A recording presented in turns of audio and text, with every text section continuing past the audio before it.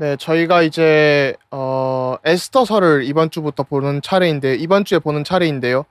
제가 약간 실수를 좀 했다고 싶은 게 뭐 실수는 아니지만 그냥 포로기를 하고 다 할 걸 그랬나 약간 지난주에 생각도 들고 아무쪼록 좀 분량 조절에 약간 실패하고 있다라는 생각은 듭니다만은 이번 주에 이제 에스더서를 살펴보면서요. 에스더서를 살펴보고 또 에스더서에서 좀 중요한 내용들이 몇 가지 나옵니다. 이게 뭐 별로 어려운 내용들은 아닌데요. 교회 설교 시간에 늘 접하는 그냥 그런 스토리 라인들로 쭉 이어지기 때문에 전혀 뭐 특별하거나 어려운 내용들은 없습니다. 그렇지만 좀 에스더서에서 말하고자 하는 하나님의 역사는 무엇인지 이걸 좀 살펴봐야겠죠. 그래서 침묵 가운데 하나님께서 어떻게 역사하시는지를 살펴보고요. 그 다음에는 에스더서의 주요 주제 중 하나죠. 반전을 통해서 하나님께서 역사하시는구나. 이것을 좀 불임절이라는 걸 중심으로 살펴볼 예정입니다. 그래서 에스더서를 좀 처음에 보면요. 이게 개요로 보면 저자는 일단 불분명합니다. 저자 미상이고요. 아마 이제 페르시아 제국 안에 거주하고 있던 익명의 저자가 썼을 것이다 라고 추측을 하고 기록 연대조차도 좀 불분명합니다. 그래서 뭐 한 400년대쯤 썼지 않겠냐. 뭐 페르시아 제국 말기에 기록됐을 것으로 추정을 합니다. 에스더라는 이 이름의 뜻은요. 페르시아어로는 별이라는 뜻입니다. 뭐 밤하늘에 별들이 떠다니죠. 요즘은 이제 인공위성 때문에 별을 보기 힘들다고 하는데 아무쪼록 별을 뜻하고요. 히브리어로는 은메화라는 뜻을 가지고 있습니다. 그 다음에 이게 좀 약간 흥미로운 사실인데요. 아가서와 더불어 가지고 에스더서에는 하나님의 이름이나 말씀이 전혀 등장을 하지 않습니다. 그래서 하나님이라는 이름이 등장을 하지 않는데 이걸 성경으로 정경으로 넣을 수 있냐라는 문제에 대해서 많은 학자들과 또 유대인들이 그런 논의들이 좀 있었습니다. 에스더서를 좀 살펴보기에 앞서서 주요 인물들을 봐야겠죠. 뭐 당연하게 주인공인 에스더는 이제 페르시아의 왕비고요. 포로 귀환 후에도 이제 본국으로 돌아가지 않고 바사 페르시아에 머물렀던 베냐민 지파 사람이었습니다. 그리고 에스더의 사촌 오빠이자 양아버지로서 모르드게가 등장을 합니다. 또 베냐민 지파 사람이고요.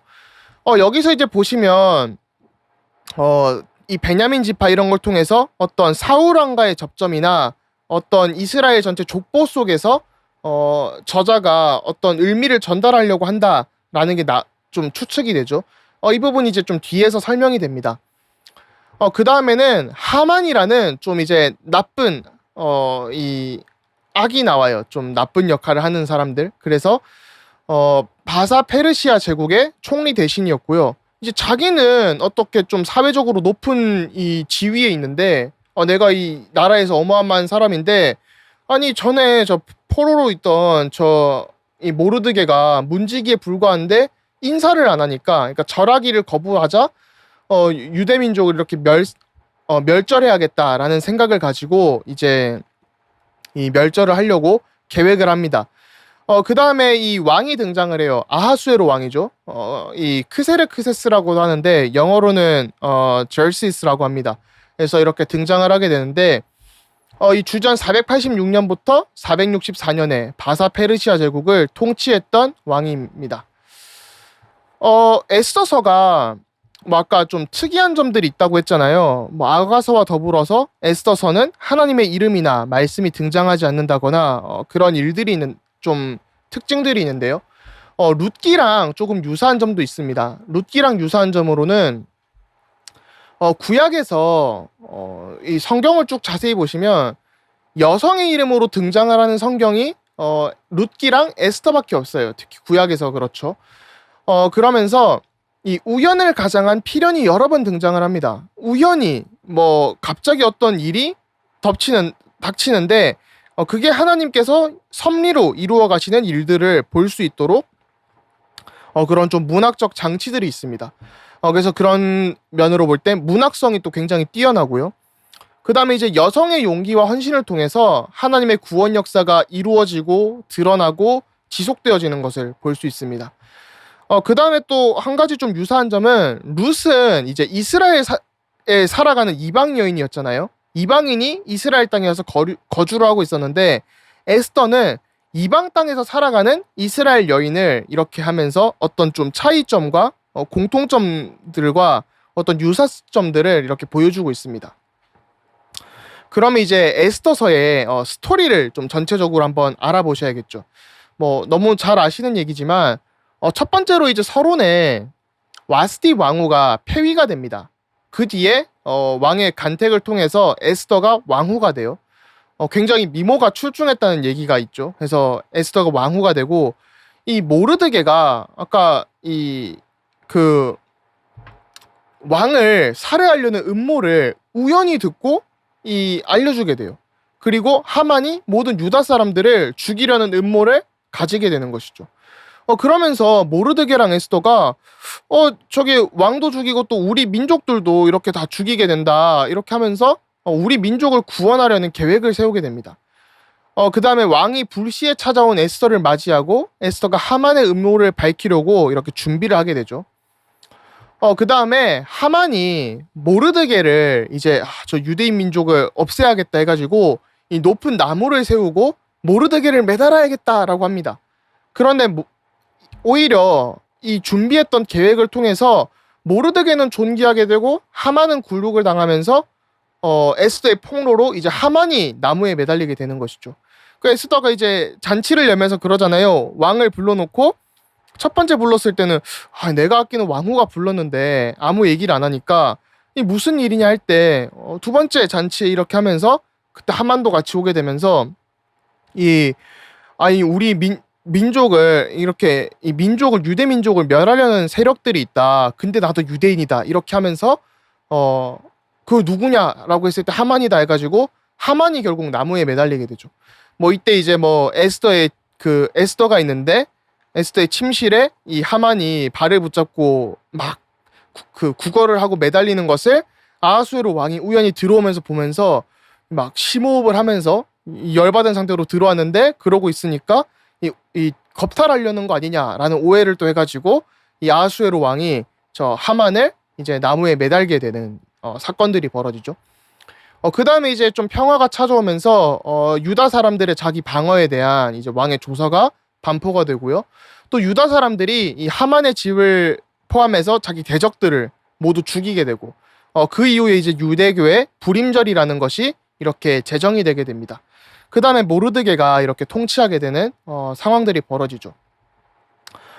그러면 여기서 좀 저희가 에스더서에 나타나는 이런 짤막한 스토리를 통해서 하나님께서 우리에게 어떤 메시지를 전달하려고 하시는가라는 것을 살펴봐야겠죠. 하나님께서 이게 분명히 하나님은 부재하시거든요. 보면 일단 하나님이라는 단어가 등장을 하지 않아요. 그 다음에 에스더서의 시기는 포로기 시대입니다. 이 포로기 시대라는 것이죠. 그래서 여기 이걸 보시면 이제 지난주에 봤던 내용인데요. 1차 기환을 한 이후에 2차 기환까지 약 이제 한 70년의 세월이 이렇게 있습니다. 6, 70년의 이렇게 세월이 있으면서 이 당시에 분명히 우리가 성전도 재건하고 하는데 왜 안 되냐 했을 때 하나님께서 보존하시는 그런 일들을 에스더서에서 나타내고 있는 것이죠. 그래서 아하수에로 왕이 486년에 되고 왕후 피택이 주전 479년, 불임절이 473년에 이렇게 약 6년간의 이야기가 이렇게 쭉 에스더서에서 흘러나오게 되는데요. 이게 이제 주전이니까 당연히 이렇게 거꾸로 가게 되죠. 이렇게 더해지는 것이 아니라 아무쪼록 이제 역사가 그렇게 기록이 됩니다. 그래서 분명히 포로기 시기에 하나님께서 어떻게 언약의 계보를 이렇게 이어가시고 역사하시는지 그거를 바라볼 수 있도록 하는 게 에스더서의 목적이었어요. 그래서 일부러 하나님이라는 단어를 쓰지 않고 하나님의 임재를 굉장히 강조를 했던 그게 바로 에스더서의 저자였고 또 에스더서의 메시지가 지금 하나님께서 침묵하시는 것 같을지라도 저희가 이제 지난주에 에스라 느헤미야에서도 봤듯이 하나님께서 침묵하시는 것 같아 보이더라도 하나님은 이미 주신 말씀을 가지고 역사하시는구나. 우리에게 이미 말씀을 주셨고 지금도 성취하시는구나 라는 것을 보도록 하는 것이죠. 그래서 이제 지난주에 살펴봤듯이 이렇게 이 아하수에로 왕도 여기 이렇게 등장을 하게 됩니다. 이 페르시아 역사인 거죠, 왕들의. 아무쪼록 이렇게 역사가 진행이 되는데요. 하나님께서 분명히 부재하시는 것 같은데 임재하시는 역사 속에서도 또 하나님은 우연히 역사하십니다. 그러니까 우리가 볼 때 이거 우연히 일어난 일이다 하는데 하나님은 철저하게 계획 속에서 역사하시는 거예요. 그래서 포로기로 이스라엘 백성들이 하나님이 어디 있습니까? 라는 어떤 부재 속에서도 하나님은 언약의 백성을 내버려 두지 아니하시고 섭리로 역사하신다는 겁니다. 일상의 평범한 수단들로 역사하시는 하나님을 저희가 볼 수 있죠. 또 우연을 가장한 필연으로 역사하십니다. 저희가 이제 여기서 하나 좀 신앙생활의 포인트가 될 수 있는 것은요. 일상의 평범함을 사용하셔가지고 하나님은 그걸 적극적으로 활용을 하시거든요. 그런데 저희가 어떤 특별한 은혜, 특별한 어떤 신앙생활에 그런 기적들을 항상 바라는 사람들이 많습니다. 어떤 간증을 듣거나 할 때 나도 저런 체험을 하고 싶다.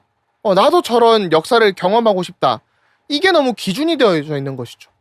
하나님은 우리의 그런 감각적인 부분이나 일상의 어떤 초월적인 은혜보다도 그 초월하신 하나님께서 우리의 작은 삶에 일상적으로 개입하시는 것 자체가 더 큰 은혜인데 그것을 못 보고 더 큰 어떤 초자연적인 체험만 보도록 또 사단은 그걸 알고 교묘하게 속이고 말씀 중심으로 하나님은 이끌어 가시는데 말씀 중심이 아니다. 우리가 어떤 음성을 들어야 된다. 어떤 방언을 하고 어떤 신비적 체험을 해야 된다. 이렇게 생각을 하게 합니다. 그래서 이제 제 은사 중 한 명인데 이제 한국에도 많이 소개가 돼 있는 분이죠. 마이클 호튼이라는 분이 있어요. 마이클 호튼 같은 경우도 이제 이 책이 2015년쯤에 한국에 번역된 걸로 아는데 16년쯤 됐을 거예요. 15년, 16년 사이에. 오디널이라는 책이 있습니다. 하나님의 어떤 구원 역사가 우리의 작은 삶 가운데 일상적으로 역사하신다는 거죠.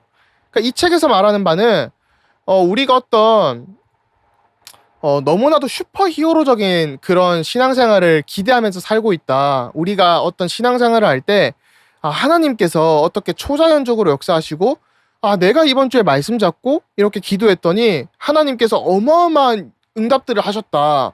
이거를 바라보기를 원하는 거죠. 실제로 저희가 그런 신앙생활을 하는 게 너무나도 많습니다. 그런데 하나님은 우리의 삶 가운데 일상의 작은 일들을 통해서 우리의 삶을 역사하시고 함께 하시고 또 은혜를 나누기 원하신다는 것입니다. 그래서요. 이제 에스더서에 나타난 하나님의 어떤 우연을 가장한 필연적 역사들을 보면 왕을 살해하라는 음모를 모르드게가 우연히 알게 되고요. 불면증으로 아하수에로 왕이 잠을 못 자다가 이 우연히 왕실 기록 연대기를 읽었는데 기록된 왕실 연대기를 읽으면서 우연히 모르드게의 충성심으로 내가 목숨을 구했구나라는 것을 읽게 됩니다. 그래서 이제 모르드게가 어떻게 힘을 얻게 되죠. 또 그 다음에 아하수에로가 모르드게의 상을 주려는 순간에 우연히 또 하만이 왕궁에 입시를 하게 되고요. 하만이 에스더에게 빌고 있을 때 우연히 에스더의 방에 들어와가지고 아하수에로 왕이 이걸 보게 됩니다. 그래서 하나님께서는 우리의 삶이 그냥 이렇게 지나가는 것 같은데 중요한 순간마다 우연히 어떤 일들을 통해서 역사하십니다.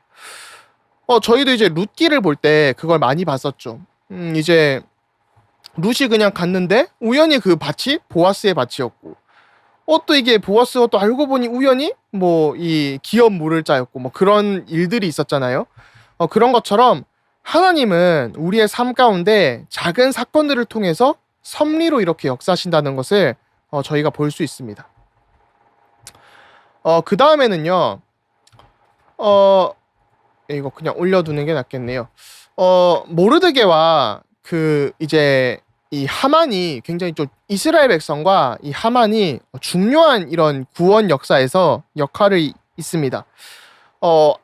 앞전에 제가 이 시작할 때 이 등장인물 설명을 드리면서 이 베냐민 지파 사람들, 그러니까 모르드게랑 에스더는 베냐민 지파고 하만은 이제 제가 뭐라고 했죠? 이 그냥 바샤 페르시아 제국의 총리 대신이다 이렇게 설명을 드렸었잖아요. 근데 이게 좀 더 이제 스토리를 보시면 모르드게는 베냐민 지파로 이제 사울 집안의 사람이에요. 이 증조 할아버지 이렇게 막 거슬러 올라가면 이제 사울 왕과 연관이 있습니다. 그런데 이 하만 같은 경우는 아각의 후손입니다. 아각이 누구냐라고 했을 때 이 아말렉 족속의 왕이에요. 이 아말렉 족속의 왕이 이 언제의 왕이냐? 사울 왕 때 아말렉 족속을 진멸하라는 말씀을 무시하고 이 왕을 포로로 잡아오고 뭐 전리품을 이렇게 가져오고 했잖아요. 사무엘상 15장에 있는데 그때 왕이 이제 아각이거든요. 이 스토리 라인이 보이시죠? 이 막 모르드게랑 함만은 결국 이 사울 왕 때부터 이어져 온 어떤 이 앙숙 관계, 이 싸움이 있다라는 것이죠. 그러면서 더 중요한 것은 출애굽기 17장에 이스라엘의 가장 큰 원수 중 하나가 아말렉 족속이다.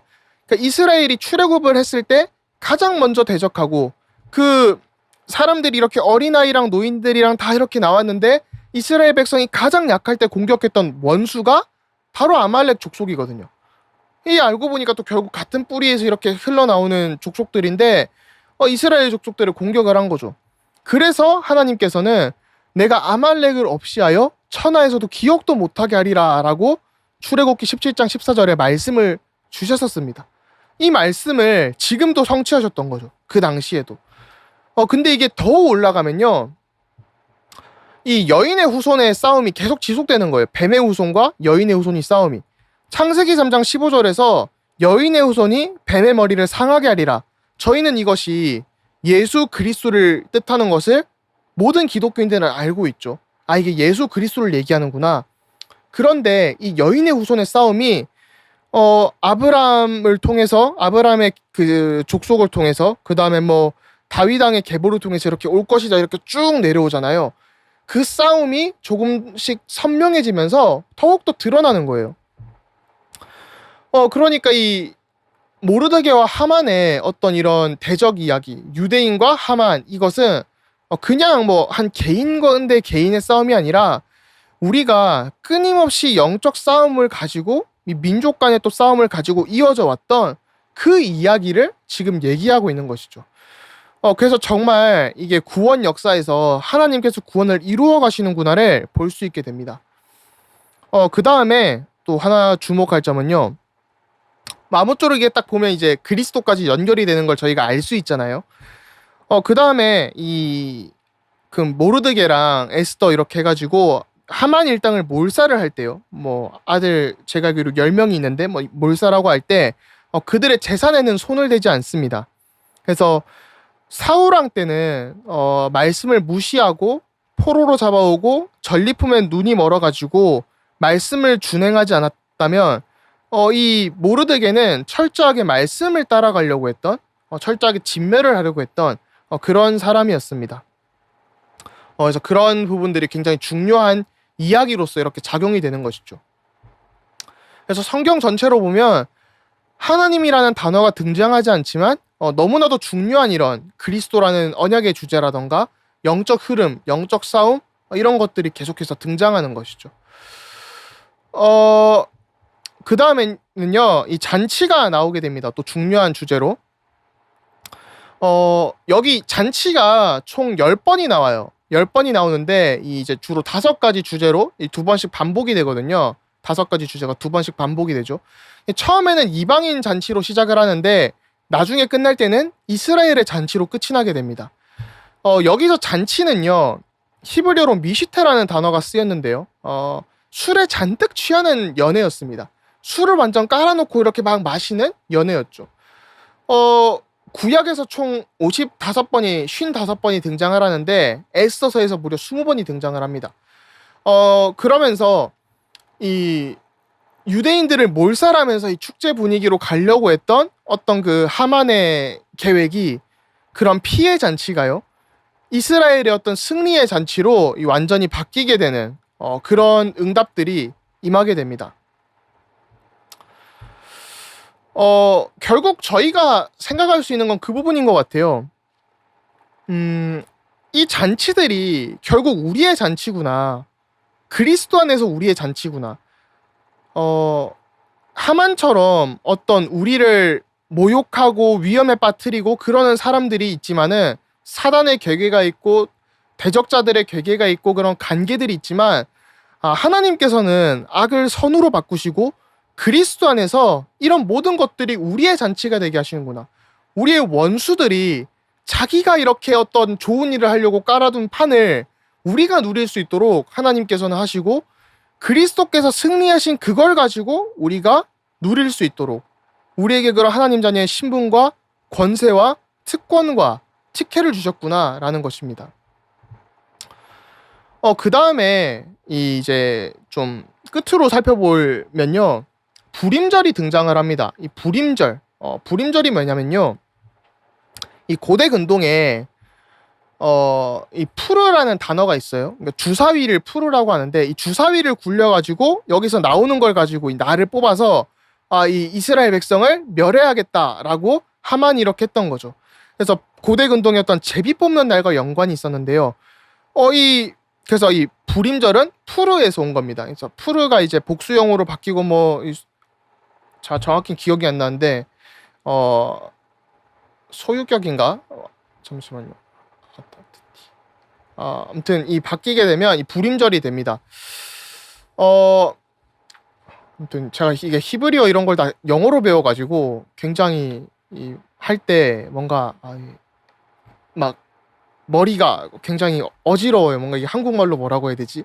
이런 생각도 들고 문법도 오랜만에 보니까 아무튼 이 불임절이 푸르라는 단어에서 왔다라는 것인데요.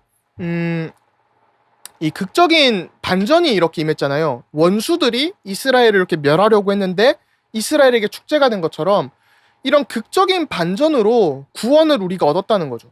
이걸 이제 민족적으로 기념하기 위해서 만든 게 불임절입니다. 그러면 출애굽 당시에 유월절도 그런 의미가 있죠. 그 10가지 재앙, 10가지 기적이 이스라엘 백성들을 힘들게 하는데 그게 축복으로 바뀌었듯이 또 유월절에서는 분명히 모든 첫 장자는 죽음을 맞이하는데 양의 피를 바르는 사람들은 살았던 것처럼 그런 출애굽의 역사가 이렇게 에스더서에서도 반복이 되게 됩니다. 그래가지고 이 유대인들을 진멸시키려던 그 날이 원수들이 우리를 쟤네 이제 진짜 끝났다. 내가 이 날만 되면 이거 터트려서 니들은 끝나는 거야. 라고 하는데 그 날이 거꾸로 그의 일당들이 완전히 멸절당하게 되는 그 날로 바꾸시는 것이죠. 그래서 하나님께서 완전히 반전의 역사를 임하신다. 그러면서 이 불임절에서는 이제 지금은요, 그 성경 전통을 보면 구원을 기념하고 선물을 교환하고 이제 가난한 자들을 구제하는 절기로서 쓰임받게 됩니다. 또 유대인들이 이 불임절을 앞두고 사실은 그 금식하며 기도하고 에스더가 죽으면 죽으리라 이러면서 이렇게 왕께 찾아가잖아요. 그때 그 유대인 민족들이 함께 같이 기도하는데 그게 참 중요한 것 같아요. 저희 교회에서도 이번 주에 이제 한 청년이 이런 어려움 가운데 그 응급실에 실려가면서 저희 전 성도가 함께 기도하는 그런 시간들이 있었죠. 그런 걸 보면서 하나님께서 우리가 함께 기도할 수 있고 또 하나님의 일에 동참할 수 있고 하나님께서 일하시는 것을 우리가 볼 수 있는 그런 응답들을 주시는구나. 함께 기도할 수 있는 게 어마어마한 축복이구나 라는 것을 좀 보게 되고요. 그 다음에 이제 많은 분들이 기도 왜 하냐, 약간 하나님 계획이 정해져 있지 않냐, 이런 얘기들을 하세요. 절대 주권이니까 하나님께서 일을 어떻게든 하시지만은 저희는 이제 운명론, 이런 결정론 이런 것은 아니고요. 우리가 이렇게 기도할 때 하나님께서 우리의 삶 가운데 임재하시고 역사하시고 함께 하시는 것을 집중해서 보고 우리의 뜻이 바뀌어지고 우리가 기도할 때 우리의 마음이 유해지고 말씀을 더욱 보게 되고 말씀에 순종하게 되고 그런 역사들이 임하게 되는 것이죠. 그래서 우리가 함께 기도하면서 진짜 하나님께서 일하시는 것을 사실적으로 볼 수 있는 그 응답이 임하도록 또 기도해야겠습니다. 그러면서요, 이 신앙생활은 이 불임절의 역사처럼 반전이 있는 신앙생활입니다. 모르드게와 유대인을 말살하려고 했던 하만이 자기가 이렇게 높은 나무를 세워뒀는데 오히려 그 자기가 준비했던 높은 나무에 자기가 처형되잖아요. 자기 꾀에 걸려 넘어지게 되는 것이죠. 이게 신약에서 보면요. 십자가 위에서 그리스도의 죽음이 사실 인간적으로 보면 가장 비참했잖아요. 그런데 3일 만에 부활하심으로써 그것이 승리의 부활로 전환이 되게 되죠. 그 다음에 이 부분은 하나 좀 짚고 넘어가시면 좋은 게 이제 그런 게 또 많은 설교부자들을 뭐 비판하는 것은 아니고 이게 예화로 좀 쉽게 하다 보면 이 뭐랄까 좀 가끔씩은 조금 틀린 교리들, 그러니까 완전히 이게 뭐 신학적으로 틀렸다고 얘기하긴 하는데 뭐 이게 완전히 틀렸다라고 보기는 말하기는 좀 약간 애매할 수 있는데요. 그런 얘기들을 해요. 십자가상에서 예수님이 이렇게 돌아가실 때 사단은 완전히 이긴 줄 알았을 것이다. 근데 사단이 사실은 그걸 미끼를 문 것이다. 그래서 낚싯바늘에 걸린 것처럼 이렇게 딱 당했다. 라는 얘기를 가끔 합니다. 이제 주로 뭐 부활절이나 이럴 때 보면 설교 때 많은 목사님들께서 이게 사실 설명이 그게 참 쉽긴 하거든요. 사단이 이렇게 판을 짜놓은 줄 알았는데 완전히 걸려 넘어졌다라고 이렇게 예화를 들면서 하는데 그게 사실 이제 신학적으로는 굉장히 좀 틀린 표현인 거예요. 그래서 물론 이제 사단이 이긴 줄 알았겠지만 그마저도 하나님의 계획 속에 있었고 하나님께서는 미끼를 던지신 게 아니라 그리스도께서 그렇게 죽으시고 부활하시는 것은 하나님의 완벽한 계획 속에 이루어지신 것이고 사단은 속은 게 아니라 완전히 무너지는 시간이었던 것이죠. 그래서 잠깐 이긴 줄 알았다고 생각할 수도 있겠지만은 철저하게 사단을 무너뜨리는 결박시키시는 하나님이었던 계획이었습니다. 아무쪼록 이거 뭐 조직신학 그 기독론 섹션에 아주 짤막하게 나오는 부분인데 되게 좀 뭐 의미가 있는 거죠. 그래서 아무쪼록 십자가 위에서 그리스도께서 죽으신 것은 이제 가장 비참하였지만 승리의 부활로 전환되었다라는 것이고요. 그 다음에 이제 그리스도 안에 있는 우리는 똑같습니다. 그리스도께서 성취하신 것 때문에 우리가 그 공로를 받은 것이거든요.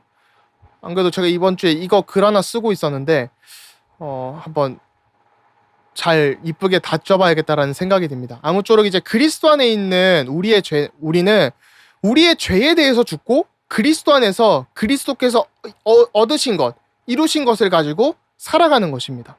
그래서 똑같은 불임절의 응답이 우리에게 임하는 것이죠.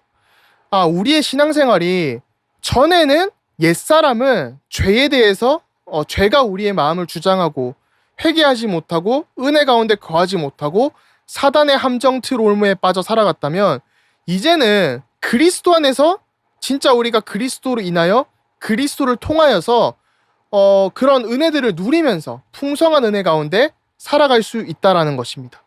그래서 이 어마어마한 반전의 은혜가 그리스도 안에 있는 우리에게 임했다라는 것이죠.